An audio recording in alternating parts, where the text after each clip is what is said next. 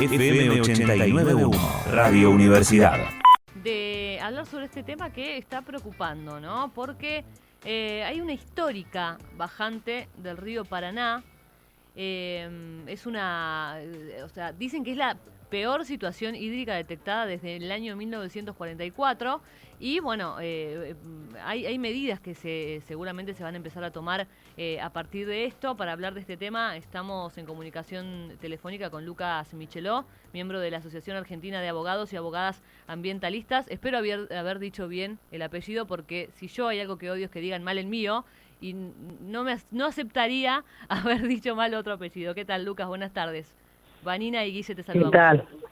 ¿Qué tal? Buenas tardes, Vanina, Guille, gusto en saludarlos. Lo dijiste muy bien al apellido. Bueno, bien, excelente. Menos mal porque, como decía yo recién, apellido que el mío lo dicen mal y yo me enojo, entonces mejor decir bien los demás apellidos.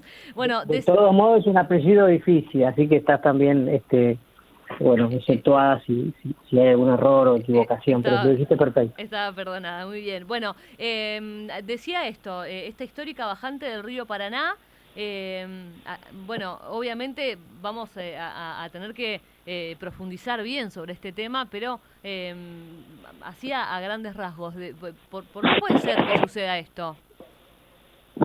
Perdón, ¿por qué? Se me cortó justo. ¿Por qué puede ser que suceda esto? ¿Por qué está sucediendo esto? Bien. Bueno, lo precisaste muy bien. Estamos atravesando la peor bajante de los últimos 77 años, ¿no? Casi 8 décadas. Registros de 1944, pero incluso la tendencia va a ir empeorando. El déficit hídrico va a seguir creciendo, por lo tanto vamos a estar seguramente con periodos anteriores. La situación es diversa, es compleja, está obviamente asociada esta bajante a la sequía extrema que se están dando en todo el Cono Sur, fundamentalmente en Paraguay, en Argentina y en Brasil, ¿verdad? La escasez en las precipitaciones, sobre todo en la parte norte de la cuenca. Como todos sabemos, la cuenca fluvial del río Paraná, la cuenca más importante que tiene nuestro país, está obviamente, es una cuenca interjurisdiccional que hoy afecta a 7 provincias de nuestro país, pero que también afecta a 5 países, ¿verdad? Por lo tanto, estos son fenómenos globales, fenómenos regionales, que tienen que ver, como les decía, por un lado, con la problemática de la sequía, de la falta de la precipitación en toda esta región, pero fundamentalmente con los fuertes extractivismos que vienen operando en las últimas 3 o 4 décadas en toda la región, asociados a la expansión de la frontera agrícola-ganadera, la extracción forestal, que ha llevado a las tasas de deforestaciones más altas de los últimos años, ¿no? La selva del Amazonas está siendo depredada precisamente por estos modelos extractivistas, también por los fenómenos asociados a los incendios, que son claramente intencionales para también poder garantizar estos modelos y expandirlos. Y obviamente todo esto va generando no solamente un trastorno climático o un trastorno en el clima, sino que afecta por un lado la desertificación de estos suelos que antes eran selvas o bosques nativos, están hoy desertificados. Eso hace que el suelo pierda humedad. Al no haber humedad, en el suelo se pierde humedad en la atmósfera. Eso genera la afectación de lo que se denominan ríos voladores, es la capacidad de que el agua se desplace en la atmósfera, generando las precipitaciones, pero también al no haber buena cortina forestal, buena biomasa, el agua no es retenida en los suelos, que es lo que permite que se deriven a las vertientes, a los arroyos, a los ríos, ¿no? Es decir, hay todo un fenómeno que está por un lado asociado a esto. Después, obviamente que hay factores climáticos y meteorológicos, como el fenómeno de la Niña, que ya tiene un segundo año, ¿no? Esta bajante es histórica, pero la cuenca del río Paraná viene en marcado retroceso en los últimos 4 años. En estos últimos 2 años fue mucho más profundo y este año es una crisis ya hídrica absoluta, ¿no? Así que bueno, esto obviamente tiene impactos múltiples, por ejemplo en los sistemas de represas hidrológicos. El caso del Yacyretá hace muy pocos días informó que tienen el caudal más bajo de los últimos 120 años, ¿no? Es decir, todavía una cifra más preocupante, ya estamos hablando de un déficit centenario, ¿no? Así que bueno, eso es un poco en términos generales el contexto general, ¿no? A eso se agrega obviamente un extractivismo fluvial que es preocupante, que tiene que ver y está asociado con toda la problemática de la denominada hidrovía Paraná-Paraguay, que es un proyecto obviamente totalizante en muchos aspectos y que oprime fuertemente los ecosistemas fluviales, la fauna hitícola, el sistema de humedales, la dificultad que todo eso genera también en estas condiciones hídricas, el acceso al agua potable saludable, etcétera. Lucas, ¿qué tal? Guille te saluda, ¿cómo estás? Buenas tardes. ¿Qué tal, Guillermo? ¿Cómo estás? Bien, bien. Tenemos que esperar para cuando cambie la estación o para el verano, como pasa habitualmente, grandes inundaciones después de esta sequía, o no necesariamente. Bueno, pareciera que en todos estos fenómenos van generando movimientos pendulares entre procesos de fuerte sequía y fuertes inundaciones, ¿no? La tendencia que hay, según el Instituto Nacional del Agua, es que todo el trimestre a partir de julio va a seguir siendo deficitario, o sea, el déficit de lluvias en el litoral argentino, en la cuenca del río Paraguay, en la cuenca del río Uruguay y también Paraná, ¿no? Por lo tanto, seguramente hasta septiembre y octubre vamos a tener un cuadro similar, si no peor. Algunos indicadores también dicen que esto puede llegar hasta diciembre de este año. Lo que sí estamos observando en relación a tu pregunta, que es muy buena, son procesos que sin lugar a dudas están asociados con el calentamiento global, ¿no? Con la aceleración de la temperatura del planeta. Hace muy poco tiempo la ONU elaboró un informe, ¿no? Donde, bueno, precisamente ratifica en algunos casos pronósticos hasta conservadores del IPCC, que es el panel intergubernamental de expertos por el clima, que da cuenta que la tendencia, si no se modifica la tendencia al aumento de la temperatura del planeta, vamos a estar atravesando procesos de mayores sequías y que eso a su vez habilita nuevos escenarios pandémicos por un lado, lo cual es sumamente preocupante en el caso del Cono Sur, la problemática del dengue, por ejemplo, pero también la profundización de la crisis hídrica, que es lo que estamos atravesando en este tiempo. También te puedo llevar, si nos podés echar un poquito de luz por lo que está pasando en Europa también, ¿no? Cosa que se están viendo, por ejemplo, que ahora Angela Merkel pidió, por favor, está pidiendo más o menos lo que pedía la ONU, ¿no? Que, en resumidas cuentas, como que se pongan las pilas todos los países y empiecen a hacer las cosas bien, porque esto no es joda, porque dicen que lo que sucedió ahora en Alemania es casi comparado con la cantidad de muertos que hubo con la Segunda Guerra Mundial y lo que sucedió en China. En China fue tremenda la cantidad de agua que cayó, pero en cuestión de horas. Capaz que en horas cayó lo que llueve un año. Entonces, me da la impresión de que ya con la pandemia quizá, aunque algunos dicen que fue de laboratorio, pero me parece que ya el planeta nos está dando señales como diciendo, muchachos, pónganse las pilas porque esto así no va.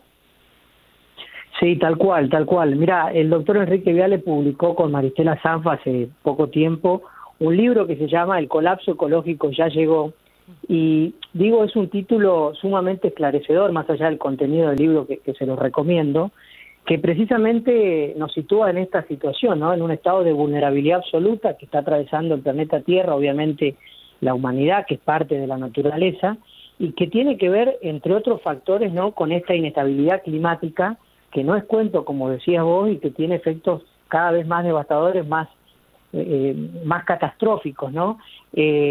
Estamos, si uno observa, atravesando en los últimos, diría yo, 10 años, pero pongamos el caso de los últimos 3 o 4 años, fuertes procesos de sequía a nivel mundial, me refiero, y fuertes procesos de inundaciones, ¿no?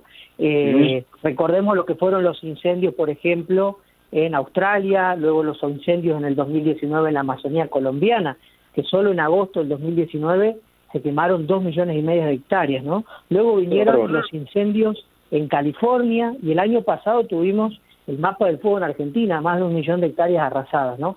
Ese fenómeno obviamente que está asociado con las sequías extremas, ¿no? Y acciones antrópicas que van presionando sobre los suelos en la idea de modificarlos para, lo que decíamos antes, aprovecharlos hacia modelos fuertemente extractivistas. Pero por otro lado tiene que ver con la aceleración del calentamiento global, que ha modificado los ciclos regulares del agua y que ha generado un nuevo comportamiento climático que por el momento es básicamente impredecible.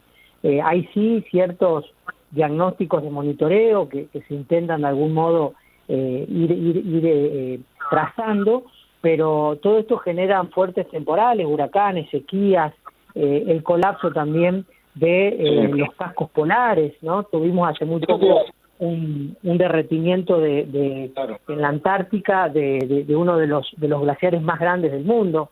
Bueno, en definitiva, creo que el negacionismo climático hoy quedará solamente para algunos desdichados, pero la realidad nos lleva por delante, nos indica de que estamos realmente en un tiempo entre paréntesis que tenemos que dar definiciones globales, ¿no? Lo que sucede, decías vos, en Alemania, en China, lo vemos en cotidiano, quizá no son titulares tan grandes en montones de regiones del mundo, y bueno, eso implica que hay que empezar a tener también una organización mundial mucho más efectiva para combatir estos fenómenos. Hace la última que te hago de mi parte, y agradeciéndote el esclarecimiento, ¿no? y la docencia que haces cuando explicás, porque eso es muy claro. No me acuerdo de quién, hace cosa de un año, leí un artículo que decía que con el calentamiento global y el derretimiento, lo que decías vos, de los glaciares y sobre todo en los polos, puede llegar a haber países que desaparezcan con el crecimiento del agua. ¿Es así? Es tal cual así. Inclusive no se trata solamente de regiones del mundo costeras, ¿no? La ciudad de Buenos Aires correría riesgo en el mapa del derretimiento de los cascos polares y de los grandes glaciares del mundo. Hay mapeos, trazabilidad sobre esto, simulaciones que se hacen, y es cierto, todo esto genera, bueno, nuevos problemas que están asociados a lo que se denominan como desplazados climáticos, ¿no? Y genera todo un fenómeno migratorio, bueno, muy importante. Naciones Unidas está trabajando fuertemente estas temáticas. Son temáticas que de pronto se comienzan a visibilizar cada vez más cercana, ¿no? Esto que decías hoy, pareciera que el problema del clima era un problema del norte, ¿no? De los países del norte, y lo que estamos viendo hoy en esta interconexión que hay, y que, bueno, el clima y los ecosistemas fluviales, marítimos, y de biosfera no tienen fronteras, no tienen geografía, ¿no? Lo tienen los países, lo tienen los estados, pero no la naturaleza, ¿no?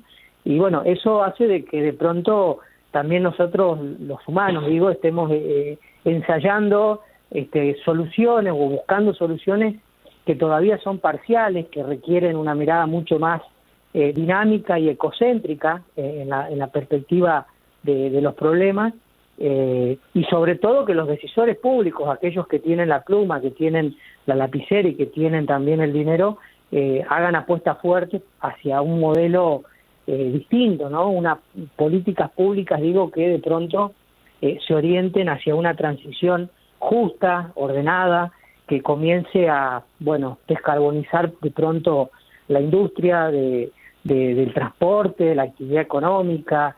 El norte ya lo empezó hace algún tiempo, está bien fuerte compulsa con la idea de poder ir hacia una transición energética que se despoje de los combustibles fósiles, pero vemos que en el cono sur muchas de estas empresas que son precisamente europeas, vienen con fuertes proyectos extractivistas, en el cono sur, bajo la promesa de falsos desarrollos, bajo la promesa de el ingreso de divisas, ¿no? Que en nuestro caso, nuestro país, bueno, tiene un déficit fiscal muy importante, y eso son agravantes, ¿no?, al estado de situación, porque en definitiva la variable de ajuste en todos estos procesos resulta ser los bienes comunes, ¿no?, el agua, los suelos, la atmósfera.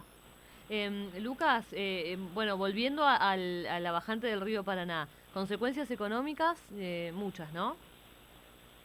Bueno, claro, las consecuencias económicas, por un lado, están asociadas a todo lo que es el sistema de la navegación comercial.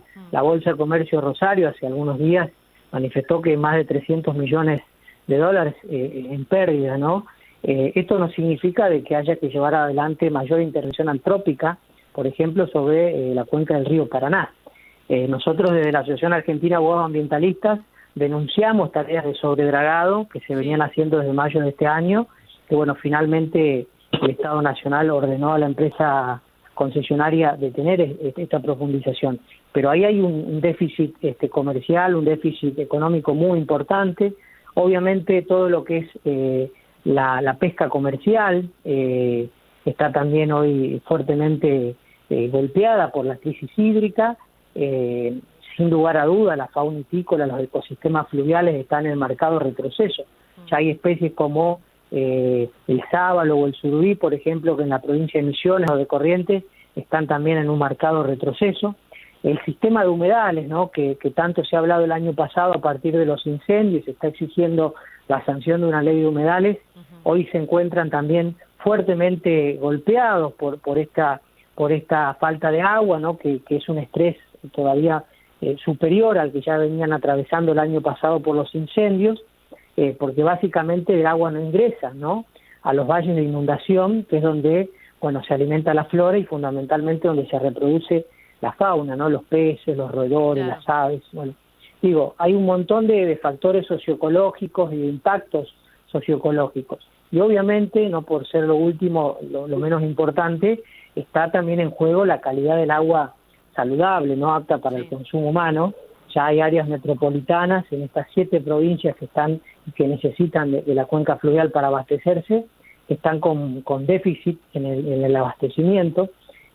Así que bueno, el escenario realmente no es el mejor, no es alentador, y bueno, requiere también, como decíamos, urgentes medidas, ¿no? Por ejemplo, la declaración urgente de la veda de todas las provincias que tienen frente de río a la cuenca, y un fondo de asistencia específico para compensar, ¿no?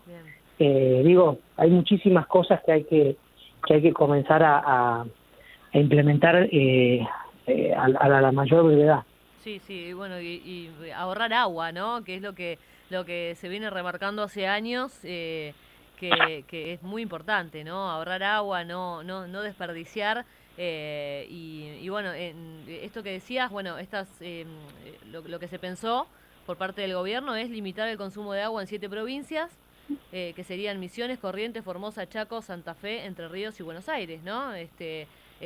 Por ahora se empieza de esta manera y después se verá cómo se continúa, ¿no? Sí, las medidas individuales y de consumo responsable del agua, obviamente que son importantes, y también está bueno ahí el mensaje. Pero bueno, este es un problema mucho más grave, mucho más amplio, que estas medidas individuales no van a alcanzar. Nosotros estamos, hay que decirlo con todas las letras, estamos frente a un ecocidio en la cuenca más importante que tiene nuestro país, ¿no? Por estos extractivismos que presionan fuertemente los suelos en toda esta región, que van afectando. Esto es importante señalarlo, hay una relación íntima entre la conservación de los suelos y la preservación de las cuencas. Esto es algo que también hay que comenzar a instalarlo, hay que comenzar a ponerlo sobre la mesa, porque todas las emergencias hídricas que venimos atravesando están asociadas a otras emergencias, por ejemplo, las emergencias forestales, las emergencias en la pérdida de suelos fértiles, en la destrucción de los ecosistemas, ¿no? Por esto que decíamos antes, ¿no?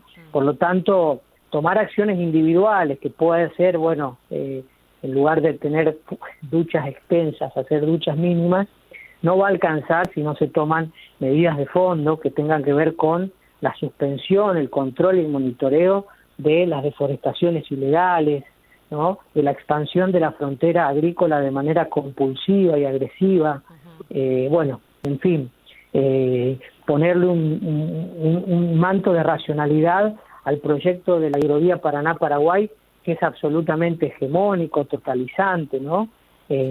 Incorporando una perspectiva de cuencas, ¿no? Que equilibre los bienes comunes con otros bienes que son más subjetivos, que son más asociados a derechos individuales, como por ejemplo la actividad económica, la navegación fluvial, ¿no? Digo, hay que comenzar de pronto a compatibilizar el ejercicio de los derechos individuales con los derechos de incidencia colectiva, ¿no? Sí. El agua es un recurso humano fundamental, es un bien común fundamental y está en marcado retroceso. Totalmente. Lucas, más que claro, como te decía Guille recién, te agradecemos por tu tiempo y por ser tan claro y bueno, aclararnos el panorama. Un abrazo y bueno, ojalá que pronto volvamos a hablar con otra perspectiva, ¿no? de esta bajante, ojalá que empiece a mejorar todo. Gracias. Bueno, muchísimas gracias a ustedes, un abrazo grande y a disposición. Muchas gracias, un abrazo. Lucas Micheló, miembro de la Asociación Argentina de Abogados y Abogadas Ambientalistas, sobre esta bajante histórica del río Paraná. Desde la Universidad Nacional de La Matanza, Radio Universidad FM 89.1. Siempre cerca.